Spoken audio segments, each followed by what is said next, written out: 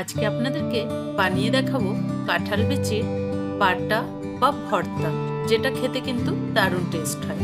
তো চলুন আজকে এই কাঁঠাল বিচির ভর্তাটা কি করে বানিয়েছি একবার দেখিয়ে দিই।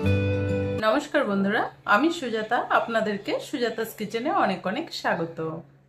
কাঁঠালের বীজ ভর্তা করার জন্য এখানে আমি শুকনো কাঁঠালের বীজ নিয়েছি, যেটা আগে থেকে ধুয়ে পরিষ্কার করে রাখা আছে। এবার এগুলোকে আমি সুন্দর করে ছুলে নেব। কাঁঠালের বীজ কিন্তু ছুলতে খুব সহজ, বেশি টাইম লাগে না। তো একটাকে দু পিস করে খোসাটা এভাবে ওপরের সাদা অংশটা যেটা আছে এটা ছাড়িয়ে এভাবেও সেদ্ধ করা যায়। আবার চাইলে এই লাল অংশটাও পুরোটা যেভাবে আমরা আলু ছুলি সেভাবেও কিন্তু ছুলে নেওয়া যায়। তো যাদের ছুলতে একটু প্রবলেম হবে তারা কিন্তু প্রথমে যেভাবে একটা কেটে দেখালাম, যে দু পিস করে যেভাবে কেটেছি সেভাবেও সেদ্ধ করতে পারেন। কিন্তু আমি কাঁঠালের বীজগুলোকে ঠিক এভাবে পরিষ্কার করে লাল অংশটাও বাদ দিয়ে ভালো করে ছুলে নেব। তো এভাবে ছুললে দেখতে কিন্তু কাঁঠালের বীজটা খুব সুন্দর লাগবে। তো আপনারা চাইলে কিন্তু সেদ্ধ করার পরেও সেই লাল অংশটা উঠিয়ে দিতে পারেন। তো এভাবেই আমি সব কাঁঠালের বীজগুলোকে সুন্দর করে ছালটাকে ছাড়িয়ে কেটে নেব। তো আরেকটা দেখুন, এভাবেই খোসাটা উঠিয়ে দেখাচ্ছি আপনাদেরকে, কত সুন্দর উঠে যাচ্ছে। সাদা অংশটা যদি আপনারা লাল অংশ বাদ না দিয়ে এভাবে কাটতে চান তাহলে কিন্তু আরো চটজলদি কাঁঠালের বীজটা ছোলা বা কাটা হয়ে যাবে। তো দেখুন আমি ঠিক সবগুলো এভাবে পরিষ্কার করে ছাল ছাড়িয়ে ছুলে নেব। তো কাঁঠালের বীজগুলো আমার সুন্দর করে কাটা হয়ে গেছে। এবার আমি একটা কড়াইয়ের মধ্যে কিছুটা জল দিয়েছি। জলের মধ্যে পরিষ্কার করে ধুয়ে রাখা কাঁঠালের বীজগুলো দিয়ে দেব। কাঁঠালের বীজটা দেওয়ার পরে এখানে আমি দিয়ে দেব অল্প করে নুন, সাথে দিয়ে দেব অল্প করে হলুদ গুঁড়ো। নুন আর হলুদ গুঁড়োটা দিলে রংটা খুব সুন্দর আসবে কাঁঠালের বীজের মধ্যে। এবার আমি ততক্ষণ সেদ্ধ করে নেব যতক্ষণ না কাঁঠালের বীজটা ভালো করে সেদ্ধ হচ্ছে।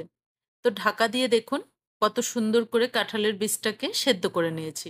10 মিনিটের মধ্যে কিন্তু কাঁঠালের বীজ সুন্দর করে সেদ্ধ হয়ে গেছে। এবার এটাকে একটু ঠান্ডা করতে রেখে দিয়ে দেব কড়াইয়ের মধ্যে বেশ কিছুটা সর্ষের তেল। তেলটা একটু গরম হয়ে গেলে দিয়ে দেব এখানে বেশ কিছুটা শুকনো লঙ্কা। লঙ্কাটাকে ভালো করে ভেজে নেব।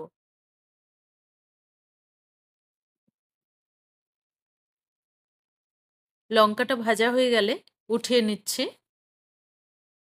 এর মধ্যে দিয়ে দেব বেশ কিছুটা রসুন। রসুনটাকে খোসা ছাড়িয়ে রেখেছিলাম। রসুনটাকে একদম লো টু মিডিয়াম আঁচে ধীরে ধীরে কিন্তু ভালো করে ভাজতে হবে। রসুনটা ভাজতে ভাজতে খুব সুন্দর সেদ্ধ হয়ে আসবে। যদি আমি গ্যাসটা বাড়িয়ে ভাজি তাহলে কিন্তু ওপর দিয়ে কালার আসবে, কিন্তু রসুনটা ভালো করে ভাজা হবে না। তো রসুনটাও ভেজে উঠিয়ে নিয়েছি। এর মধ্যে দিয়ে দিলাম দুটো পেঁয়াজ ভালো করে কুচিয়ে রেখেছিলাম। এবার পেঁয়াজটাকেও ভালো করে ভেজে নেব। পেঁয়াজটাকেও একটা সুন্দর কালার আসা পর্যন্ত ভালো করে ভেজে নিতে হবে।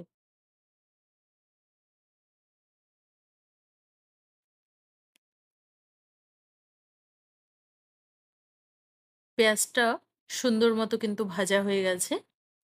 এবার পেঁয়াজটাকেও ভালো করে এবার পেঁয়াজটাকেও উঠিয়ে নেব। তো দেখুন রসুন, শুকনো লঙ্কা, পেঁয়াজ সবকিছু ভাজা হয়ে গেছে। ওই কড়াইয়ের মধ্যে অল্প করে বেঁচে থাকা তেলের মধ্যে দিয়ে দিলাম কিছুটা কালো জিরে।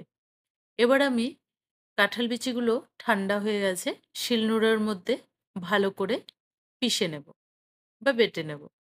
ধীরে ধীরে এটাকে বাটতে হবে, খুব সহজ, বাটতে কোনো খাটনি নেই কিন্তু।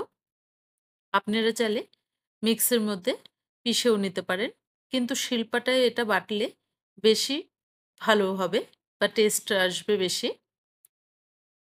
কারণ যখন ভর্তাটা আপনারা মাখবেন দেখবেন সুন্দর একটা ড্রাই ভাবটা আসবে। সব একে একে ভালো করে পিষে নিচ্ছি।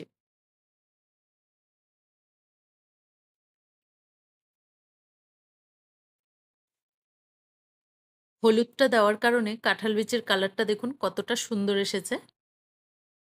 খোসাটা এভাবে ছাড়িয়ে নিলে দেখতে কিন্তু খুব সুন্দর লাগে। কাঁঠাল বীজগুলো সুন্দর মতো কিন্তু বাটা হয়ে গেছে।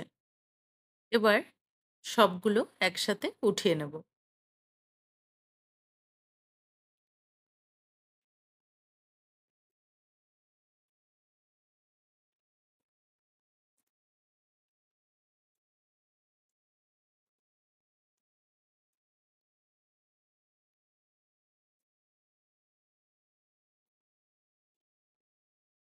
এবার আমি এর মধ্যে ভেজে রাখা রসুনটাকে হালকা করে, বেশি জোরে প্রেসার দিয়ে মিহি করে পিষতে হবে না। এটা একটু হালকা, হালকা দানা, দানা থাকবে সেভাবে রসুনটাকে একটু পিষে নেব।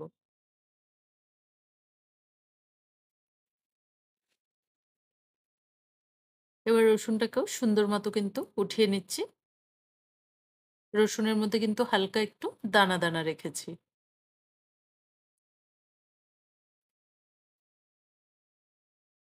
নুন দিয়ে লঙ্কাটাকে সুন্দর মতো কিন্তু গুঁড়ো করে নেব। এই ভর্তাটা কিন্তু মাখার উপরেই টেস্টটা খুব আসবে। লঙ্কাটাকে নুন দিয়ে ভালো করে চটকে নিলে খুব সুন্দর কিন্তু গুঁড়ো হয়ে যাবে।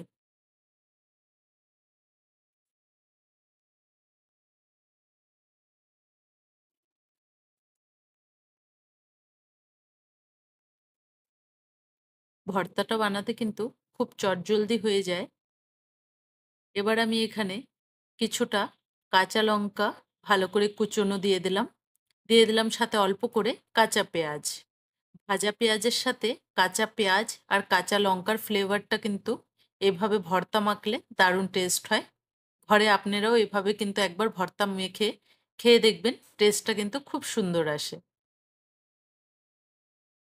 সবকিছু একসাথে ভালো করে মিশিয়ে এবার কিন্তু চটকে নিচ্ছি। বেশ কিছুটা ধনেপাতা কুচি দিয়ে দিলাম। এবার সবকিছু একসাথে কিন্তু ভালো করে চটকে, চটকে মাখতে হবে। চটকে, চটকে মাখার মধ্যে খুব সুন্দর কিন্তু একটা সেন্ট আসছে। এবার আমি এখানে যে ভেজে রাখা কালো জিরেটা ছিল সেটাও কিন্তু একটু হাতের সাহায্যে ডলে ভালো করে চটকে নিলাম। এবার দিয়ে দেব বেশ কিছুটা কাঁচা সর্ষের তেল। ভর্তার মধ্যে কিন্তু এই কাঁচা সর্ষের তেলটা দিলে খেতে দারুণ টেস্ট আসবে। এবার সবকিছু একসাথে ভালো করে মাখা হয়ে গেছে। এবার কাঁঠালের বীজটা দিয়েও সুন্দর করে মেখে নেব।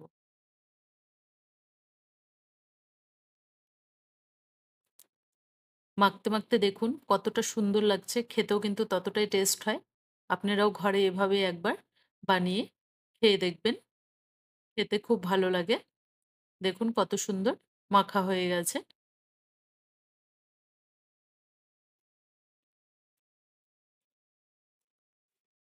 তো আজকে কাঁঠাল বিচি ভর্তাটা কিন্তু আমাদের একদম রেডি। তো আজকের এই কাঁঠাল বিচির ভর্তার রেসিপিটি আপনাদের কেমন লেগেছে কমেন্ট করে জানাবেন। যদি ভালো লাগে চ্যানেলটাকে একটা লাইক দিয়ে অনেক, অনেক শেয়ার করে দেবেন। ধন্যবাদ।